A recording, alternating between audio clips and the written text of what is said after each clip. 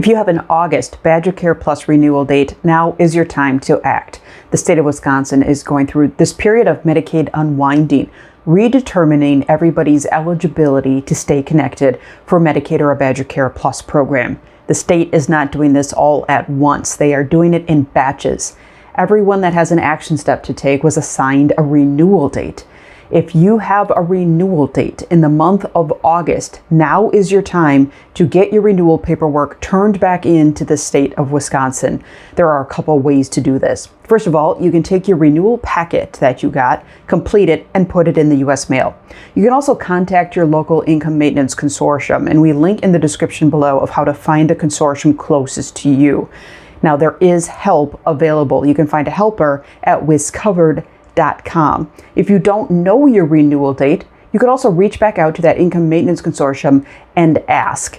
There is a best time to renew. The state of Wisconsin tells us try to get your renewal paperwork turned in the first half of the month, in the month at which it is due. So that means for August renewals, turn your completed paperwork in by August 17th. That gives the state plenty of time to process your paperwork. And in fact, you get to keep your coverage while they're processing your renewal packet.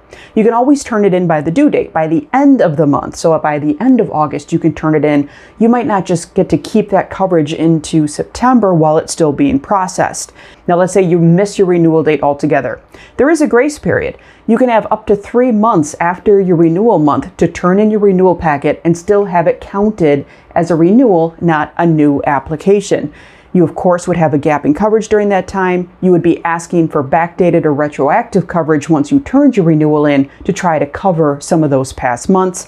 It's a much more complicated process. So the advice is to turn your renewal packet in as soon as possible in the month in which your renewal is due. So the key takeaways: don't renew too early, but certainly don't renew too late. And most importantly, there are resources available and there are helpers available. We link to several of them in the description below.